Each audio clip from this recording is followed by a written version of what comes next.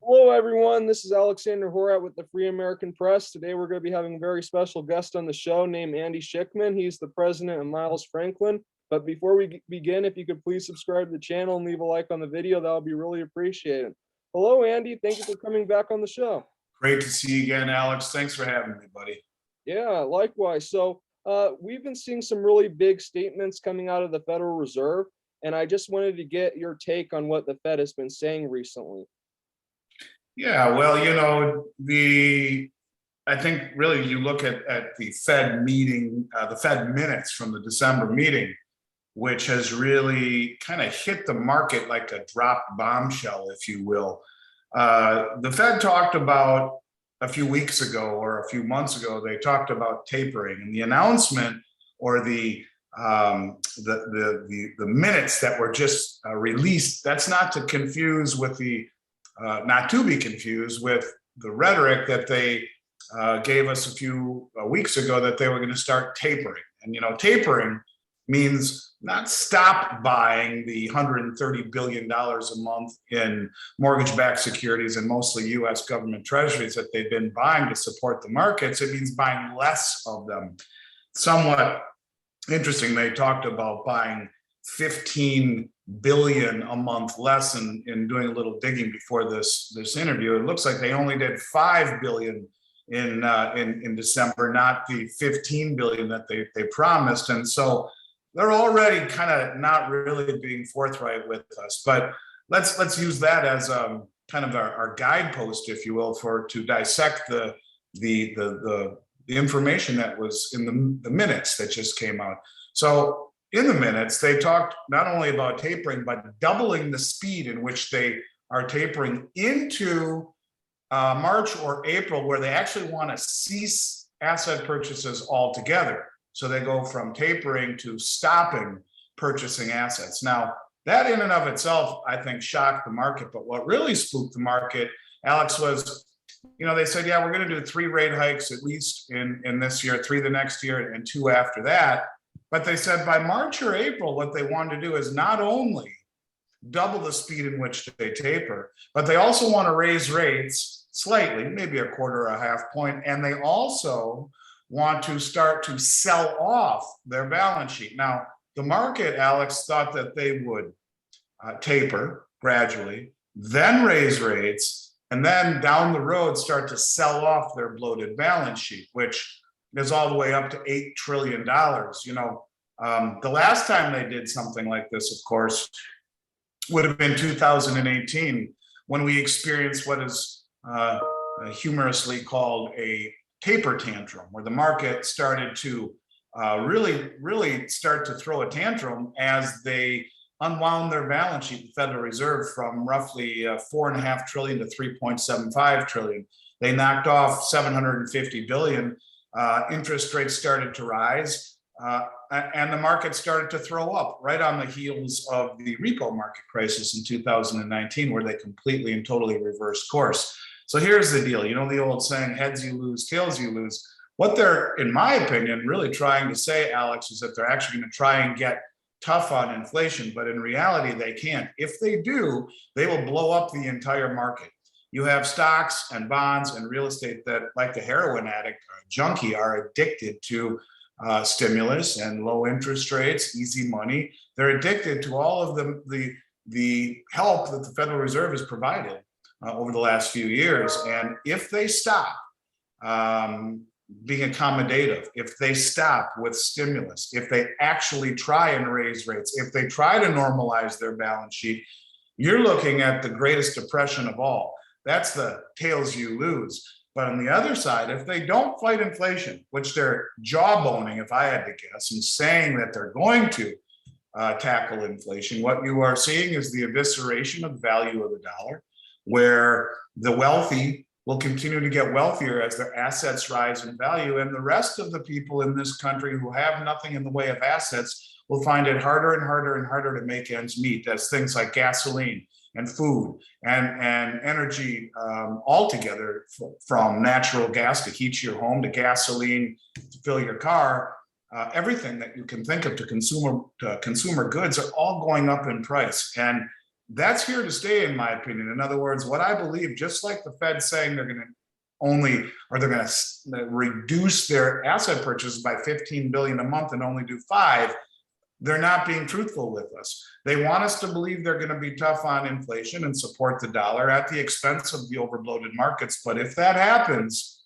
which I don't think it will, you're looking at a massive collapse in value in the real estate market, in the stock market, and ultimately in the mother of all bubbles, the bond market. So very interesting times where they're caught between a rock and a hard place, where tails you lose and heads you lose.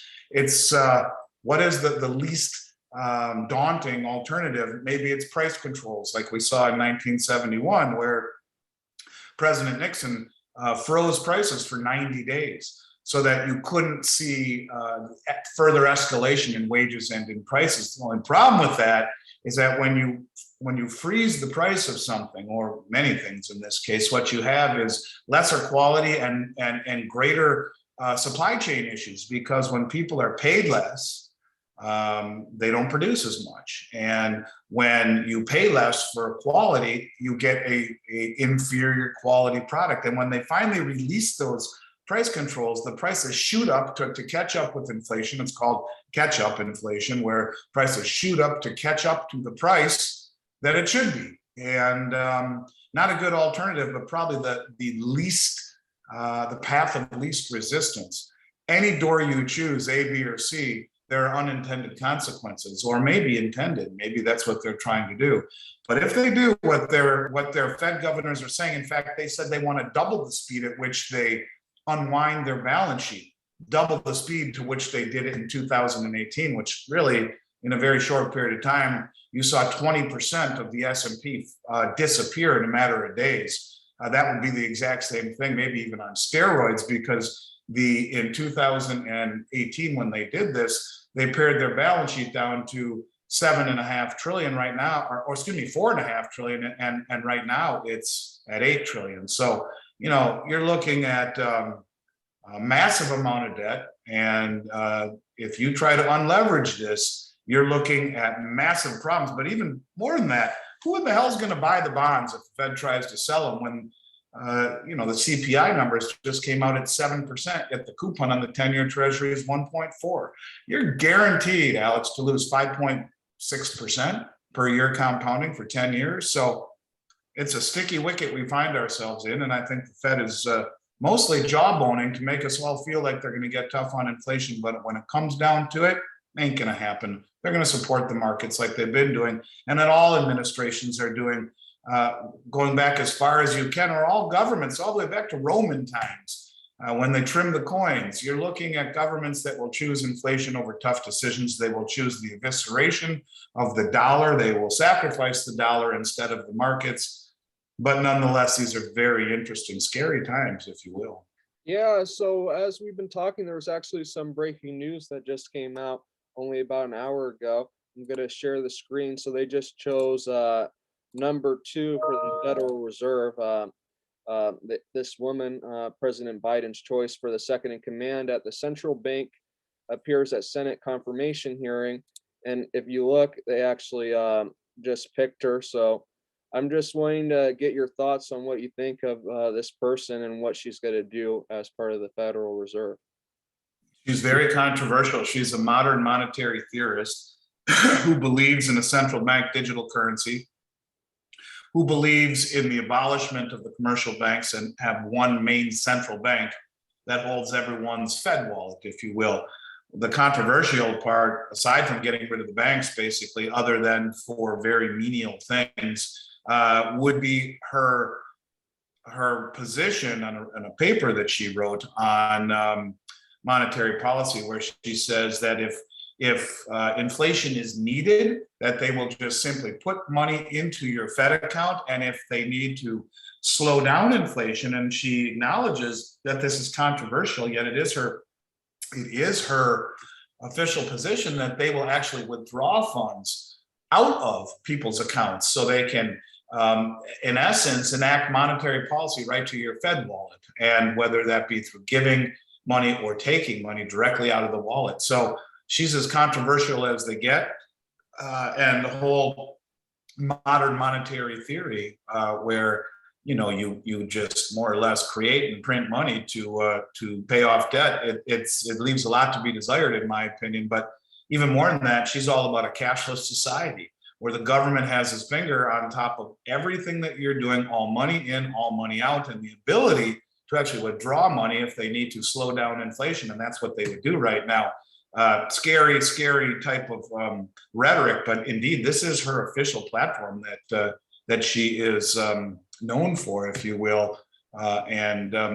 So a lot of people thought she was going to be number one at the Fed before they reappointed Powell, and surprised he got reappointed. They did it where she is now, I believe, if I'm not mistaken, the vice chair or the vice governor, or the vice whatever, president of the Federal Reserve.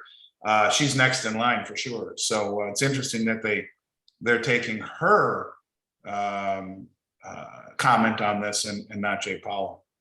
Yeah, and it's pretty interesting too. You're saying that she wants to make, a digital currency, stuff like that. And we saw what just happened in Kazakhstan just recently. The internet went out and nobody was able to get their Bitcoin, and they're the second largest producers of Bitcoin on the planet. So that's scary. Well, that's the part about cryptocurrencies that I think, people talk about it. I mean, look what happened a few weeks ago. You had the World Monetary Organization, the World Bank, the IMF, the BIS, Bank of International Settlements, and 11 countries from around the world who just ran a simulation on a global hacking event.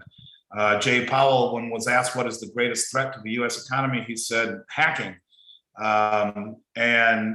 It's interesting. This is the same group of people that ran a simulation on coronavirus pandemic, and they used a coronavirus as their platform or as their example for the pandemic simulation that they ran in 2019. And lo and behold, what did we have a year later? Now, I'm not saying it's anything other than a grand coincidence, but the same group now just finished with 11 countries a simulation on a global hacking of the financial network and the financial system. So, I think it certainly says a lot for owning physical gold, which is the complete and total removal of counterparty risk, including the internet. So, yeah, that's definitely true. And what you're saying actually reinforces what one of my friends just told me recently. He thinks there might be a big hacking event. That's a good way to steal money. But, with gold and silver, you can't just hack it. It's just not digits on a screen, that they can, take from you.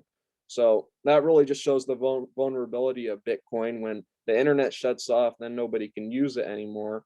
So, yeah, but going back to this new Fed chair, this lady, do you think she's really going to try to cut inflation like she has been saying? Or do you think that's just mostly talk? Look, I think it's mostly talk.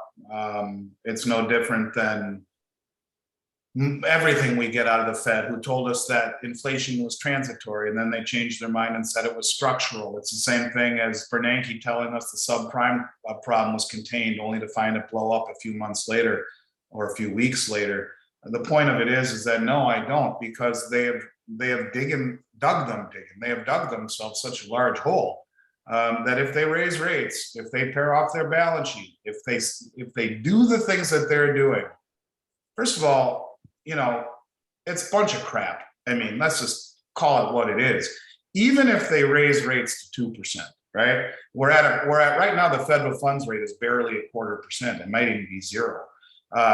If they raise it 2%, first of all, when we look at how that would adversely affect things like real estate, most people who understand real estate will tell you that a 1% rise in interest rates can correlate up to a 10% decrease in home prices.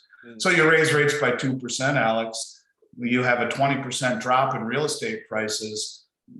All the people, myself included, who bought homes over the last couple of years at peaks will be facing negative equity situation. And that's just one pillar of the three that will be affected by rising interest rates. But, they try to tell us, if rates rise, well, it's bad for gold. Well, in 1980, Paul Volcker raised interest rates to 20%. It killed the gold bull market and also stopped inflation in its tracks. But if they want to raise rates to 2%, what the hell does that even mean? And when you have inflation by the CPI, which is, well understating what inflation really is, at 7%, you're still negative 5% real return. The only way that you combat inflation really, is to raise the federal funds rate by 700 basis points or 7%, which would put it just barely a hair above the CPI stated rate of inflation. But, if you look at the real numbers, like John Williams from Shadow Stats will tell us it's closer to 15% right now, because it excludes food and energy and housing, the three most inflated asset classes. And they've done this since 1980, when they changed the way that the CPI was calculated to meet their inflationary agenda. But I mean, if you really want to be honest and say what stops inflation, what stops the gold and silver rally, it's raising interest rates above the stated rate of inflation. And the fact that we are right now at 0 or 1/4% on the funds rate, and the CPI just came up at 7% or 700 basis points, you need to go above 700 basis points. So 725 or 750 point increase in the federal funds rate, that'll blow things up so bad you can't even imagine what would happen. The stock market implodes, the real estate market collapses, and the bond market, the mother of all bubbles, which has already had its worst month in 40 years, as rates have risen just a tiny bit, will blow the hell up. Ain't gonna happen. But they're gonna try to make it seem like it is so they can be tough on inflation, because, either way, it's a bad choice for them. And either way, they'll probably be out of their jobs, but when their terms end, because either you get tough on inflation and blow up the economy and the markets, or you let inflation run and sacrifice the dollar in favor of the markets, which, is the path that I believe that they will choose, the path that all administrations have chosen, instead of the difficult choices like raising rates above inflation. And in this case, you're talking a minimum of 7% increase in interest rates. Ain't gonna happen. Yeah, and we definitely have been seeing, some really big things happening in the last week. Back with the revolution in Kazakhstan, Bitcoin hasn't been doing that good. It's been going down recently, and uranium stocks have been going up because, Kazakhstan produces most of the world's uranium. So I just wanted to get your report on precious metals, what you think they're going, and your thoughts on that. Well, you're just seeing a greater destabilization all around the world. What's going on in Russia on the border, and Kazakhstan, and human rights issues in China, and pandemic across the globe, and monetary issues everywhere. And 50% of every dollar ever created in the history of this country done in the last 2 years, and a separation between the classes. I mean, everywhere you look, there's issues. And when you talk about what gold and silver are, they're immutable wealth, Alex, that have outlived every world war, and German hyperinflation, and the Great Depression, and every pandemic, to still, maintain themselves as immutable wealth. Maybe the only thing that can say that have lasted the time. But when you look at the position that this country is in, massively indebted, with interest rates at the lowest level ever, running wicked levels of inflation, we're an insolvent government running double-digit inflation.